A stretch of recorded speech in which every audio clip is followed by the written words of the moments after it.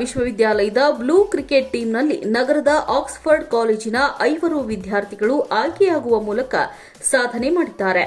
ನಾಗಾರ್ಜುನ ಶಂಕರ ಪಾಟೀಲ್ ಮುನೇನಕೊಪ್ಪ, ಶರಣ್ ಡಾಂಗಿ, ವಿರಾಜ್ ಹಾವೇರಿ, ವಿನೀತ್ ಸಿಂಗ್ ಪಜರೆ, ಅದ್ವಿತ್ ಖಾನೋಜಿ ಆಯ್ಕೆಯಾಗಿದ್ದು ಕ್ರಿಕೆಟ್ ವಲಯದಲ್ಲಿ ಸಾಧನೆ ಮಾಡಿದ್ದಾರೆ.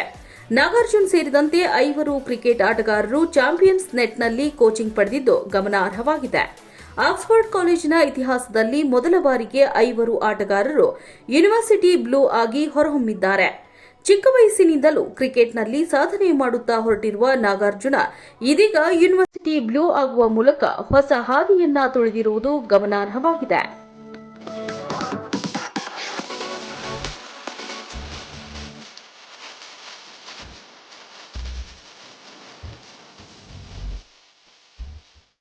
ನೀವು ನೋಡ್ತಿದ್ದೀರಾ, ಇದು ನ್ಯೂಸ್ 88 ಕನ್ನಡ, ಸುದ್ದಿಯ ಜೊತೆ ಸದಾ ನಿಮ್ಮೊಂದಿಗೆ.